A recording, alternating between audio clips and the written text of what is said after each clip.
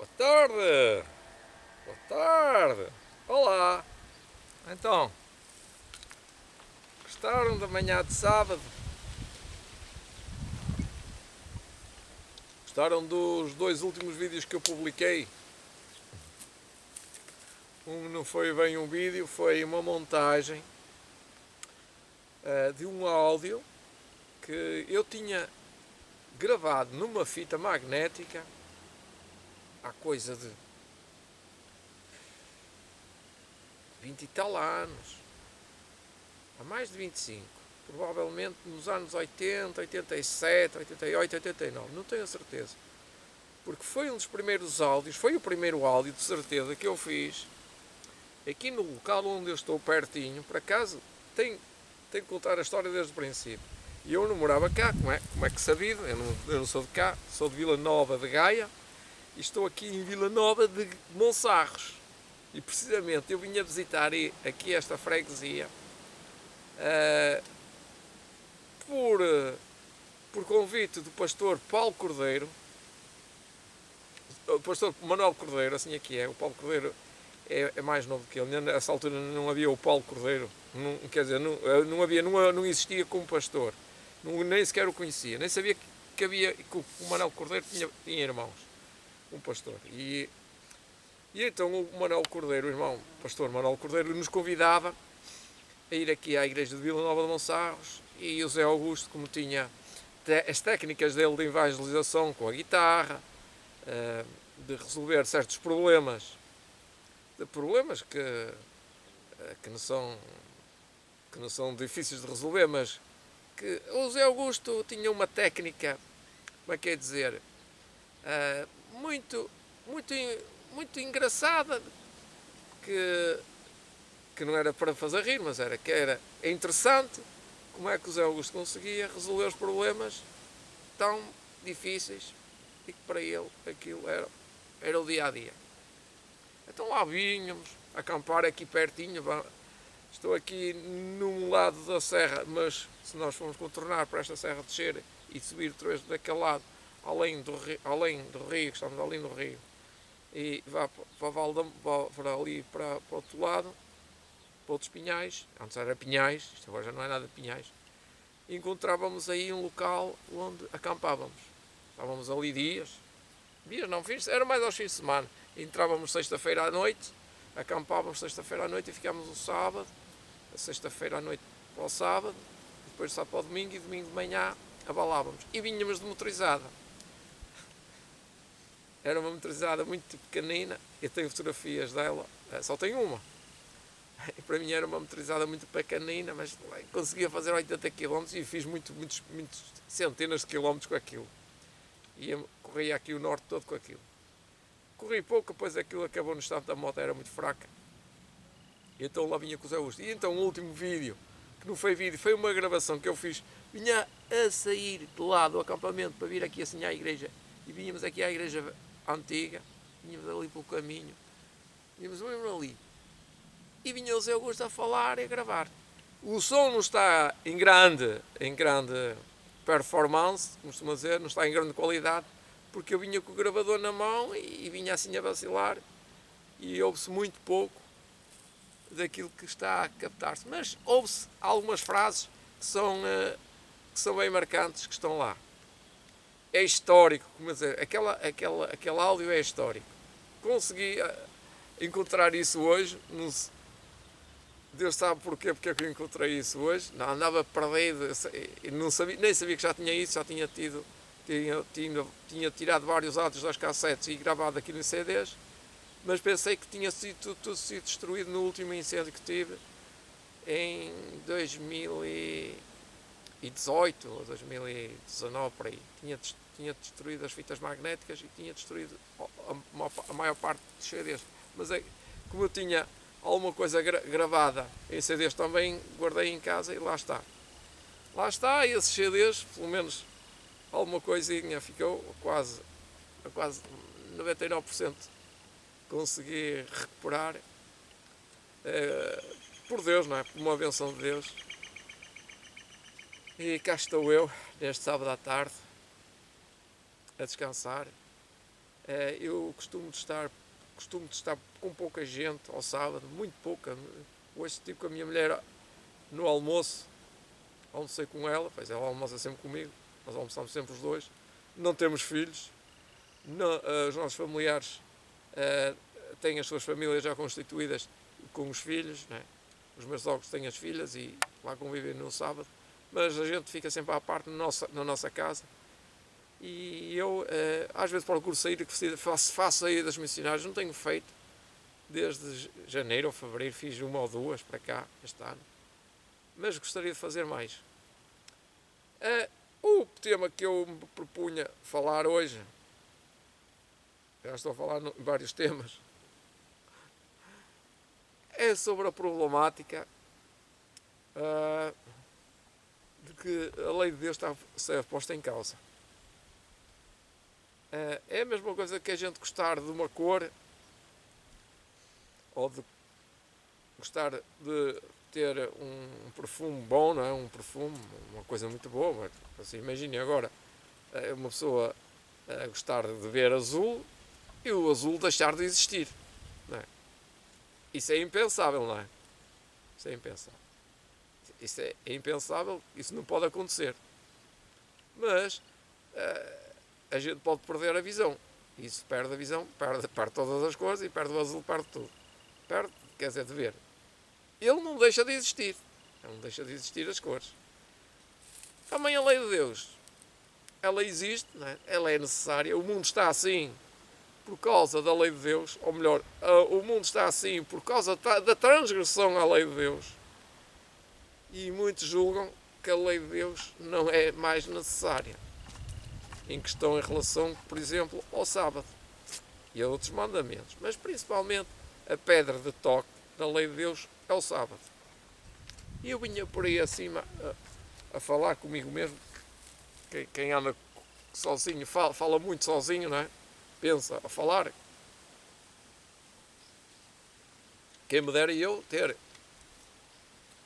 asas e voar como aos anjos, não é? Pensava eu. Gostava de ter uma nave, uma espécie de uma nave para voar, para me deslocar, para ir longe, muito longe, muito longe, muito longe, e poder deslocar-me até ir ao céu. E isso nos está proposto pela vida eterna por Jesus Cristo. Jesus Cristo deixou-nos essa promessa. Até posso ler essa promessa. Essa promessa encontra-se várias vezes na Bíblia. Vou já para a 1 Tessalonicenses, que é o mais fácil. O mais fácil é o que me pode dizer o que é que vai acontecer àqueles que têm este desejo que eu falei agora.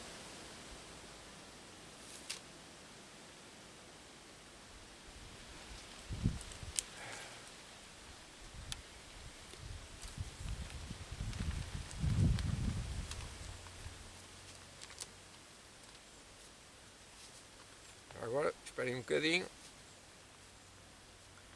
Está 1 Tessalonicenses, capítulo 5. 1 Tessalonicenses, capítulo 5, versículo...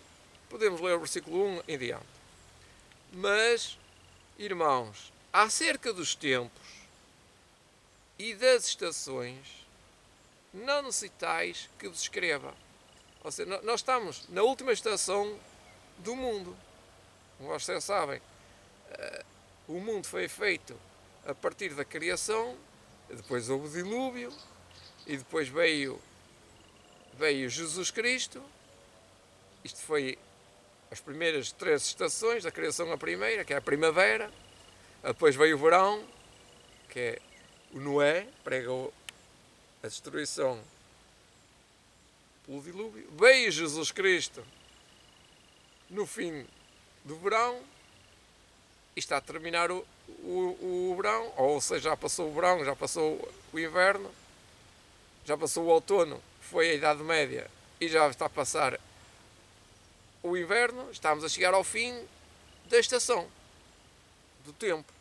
As estações do tempo são estas. Mas, irmãos, acerca dos tempos e das estações, que é a mesma coisa, do fim do tempo, não necessitais que descreva. Nós sabemos em que estação nós estamos. Estamos no fim. Todos os elementos todos os elementos do mundo nos indicam. E principalmente este da transgressão à lei de Deus demonstra que o mundo está no fim. Nós não precisamos saber que os sinais estão a acontecer porque há terremotos, isso sempre houve, ou porque há incêndios, sempre houve, mas sabemos que a maior, o maior sinal é a transgressão à lei de Deus. A transgressão à lei de Deus é pecado. Pecado é a transgressão à lei de Deus. E vivemos num mundo em pecado. Eu agora não vou resumir, ou não vou expor os pecados do mundo, porque nós vamos saber, ou sabemos muito sobre isso, mas eu queria vos levar para a nossa esperança, para aquilo que está escrito em 1 Tessalonicenses. Portanto, nós sabemos que estamos no fim do tempo, por causa do pecado. Agora diz assim, porque vós mesmos bem sabeis, muito bem, que o dia do Senhor virá como ladrão da noite. Portanto, Jesus virá como ladrão da noite. Pois quando vos disserem, há paz e segurança, então lhe sobrevirá a repentina destruição, como as dores de parto àquele que está grávida, e de modo nenhum escaparão. É interessante que este mundo, apesar de estar podre, a estar doente, a estar em transgressão à lei de Deus, vai arranjar uma solução, pseudo-solução, uma solução falsa, uma solução humana, uma dita uma filosofia humanista, que diz que vai estar tudo bem. Nós já estamos a ver, que eu já tenho falado sobre isso, a solução humana não serve para nada, é para enganar, é para iludir as pessoas, e as pessoas andam iludidas que têm uma solução, e aqui diz que não é assim, porque diz, quando vos disserem há paz e segurança, então lhes sobrevirá repentina destruição. É porque eles estão na iminente volta da vinda de Jesus, porque estão em transgressão contínua, estão à beira da bancarrota física, mental, espiritual, social. Eles estão todos estragados, como eu estou a dizer, estão todos podres, o mundo está podre. E quer aqui o apóstolo Paulo, quer eu, quer que a gente seja santa. Deus também quer que a gente seja santa. E diz que de repente virá-los a destruição, é a vinda de Jesus, como as dores daquela que está grávida, e de modo algum escaparão. Portanto, os sinais já estão a acontecer, e estás a ver que é como as dores de parto, começa a dar sinais, e cada vez dá mais sinais, que até já não aguenta mais. Então tem que ir dar o filho, tem que dar à luz um nené, um filho. E assim será na vinda do Filho do Homem. Jesus vai vir quando este mundo não aguenta mais estar aqui. Porque Jesus disse, se aquele tempo não fosse abreviado, nenhuma carne te salvaria. Mas vós, irmãos, já não estáis em trevas, para que aquele dia vos surpreenda como um ladrão. Porque muita gente está em trevas e vai-lhes surpreender como um ladrão. Apesar de haver tanta liberdade, tanta luz, tanta proclamação do Evangelho, as pessoas continuam, infelizmente, nas trevas. Isto se deve às escolhas das pessoas não aceitarem a luz, a verdade. Porque todos sois filhos da luz e filhos do dia. Isto é, sois filhos da luz, ou seja, vós sois filhos da verdade. Vocês foram esclarecidos. Nós não somos da noite, nem das trevas. Aqueles é que são da noite. Reparem só. Quem é os filhos da noite? São aqueles que não aceitam os 10 mandamentos. Porque à medida que o povo de Deus anuncia os 10 mandamentos para repreender, para dizer que eles têm-se que arrepender, para repreendê-los, os 10 mandamentos repreende, não os salva. Apesar dos 10 mandamentos ser A única norma que está no céu, que é a norma daqueles que cumprem os 10 mandamentos, estão salvos. Não é são salvos, estão salvos porque aceitaram a maravilhosa graça de Jesus. Mas, apesar disso, o mundo continua dizendo que não precisa da lei de Deus para se salvar. Já aceitaram Jesus, já julgo que aceitaram tudo. E então diz aqui, porque estes são filhos das trevas. Não são filhos da luz, são filhos das trevas. Diz o versículo 6, não dormamos como os demais, mas vigiemos e sejamos sóbrios. Porque os que dormem, dormem de noite, e os que se embebedam, embebedam-se de noite. Mas nós, que somos de dia, sejamos sóbrios, vestindo-nos da couraça da justiça, da fé, da caridade, tendo por capacete a esperança da salvação. Porque Deus não nos destinou para a ira, mas para a aquisição da salvação por nosso Senhor Jesus Cristo, que morreu por nós, para que quer vigiemos, quer dormamos, quer vivamos juntamente com Ele. Quer dizer, 24 horas, cá está outra vez no Salmo 91, 94 horas, quer vigiemos, quer dormamos, vivemos para o Senhor. No capítulo antes, tem umas frases muito interessantes acerca da esperança, acerca da ressurreição e da vinda de Cristo, que nos diz assim: não quero, porém, irmãos, que sejais ignorantes acerca dos que dormem, ou acerca daqueles que estão à espera da vinda de Jesus, acerca daqueles que estão a dormir, acerca daqueles que estão sepultados, acerca daqueles que morreram. Não quero, porém, irmãos, que sejais ignorantes acerca dos que estão à espera. Não vos entristeçais como os demais que não têm esperança. Portanto, nós somos um povo que temos esta esperança. A Igreja Adventista do Sétimo Dia, o movimento adventista começou em 1844. Foi o primeiro movimento a nível mundial que estudou estas profecias da vinda de Jesus. Foi o primeiro movimento que, como igreja, anunciou a breve volta de Jesus, os acontecimentos finais. Porque se queremos que Jesus morreu e ressuscitou, assim também, aos quem Jesus dormem, Deus os tornará a trazer com Ele. O apóstolo Paulo está a explicar que a nossa esperança é acreditar que Jesus Cristo irá ressuscitar os mortos. Que muita gente não acredita. Esta é a nossa esperança. Nós não somos como os demais que não têm luz.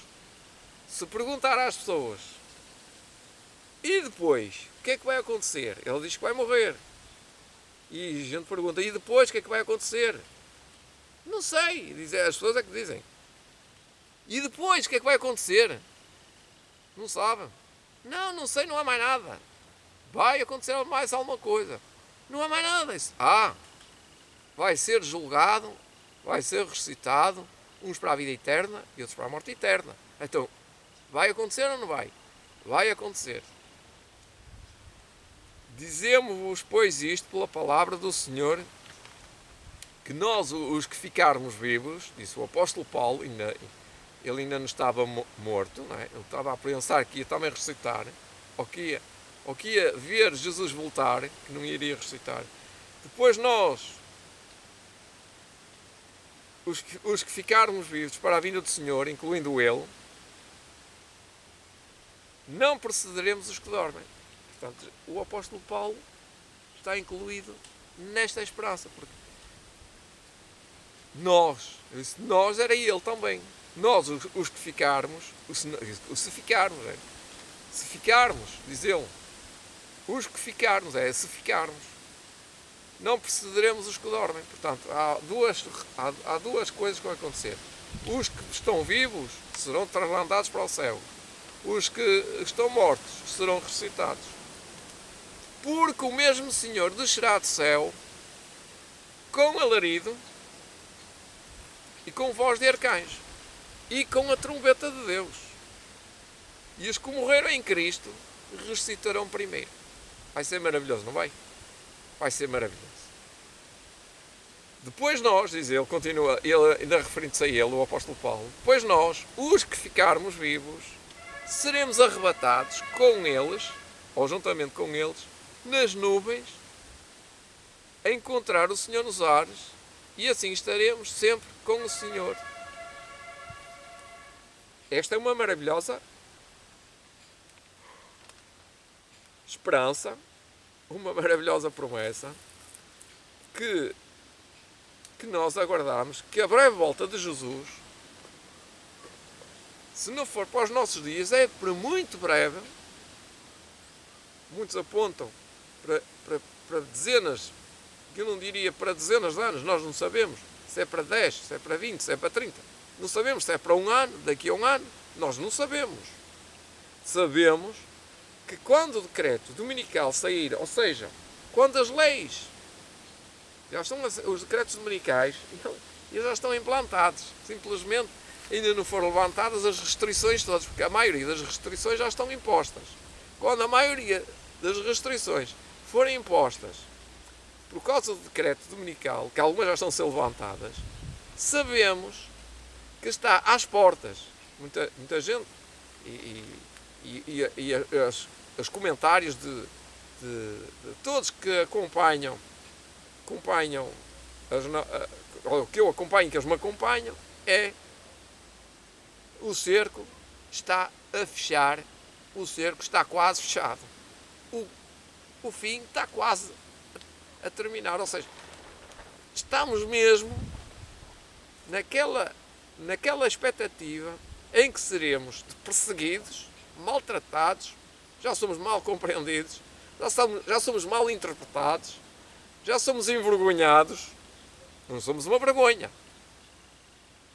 Nós é que estamos a ser envergonhados porque eles não aceitam que estamos no fim, que estamos a receber declarações que nos constrangem a nossa liberdade religiosa. Todos os dias que a gente sai para o supermercado, principalmente aquelas pessoas que têm que circular em centros públicos, comerciais, sabe muito bem que as máscaras não se podem tirar. E não se podem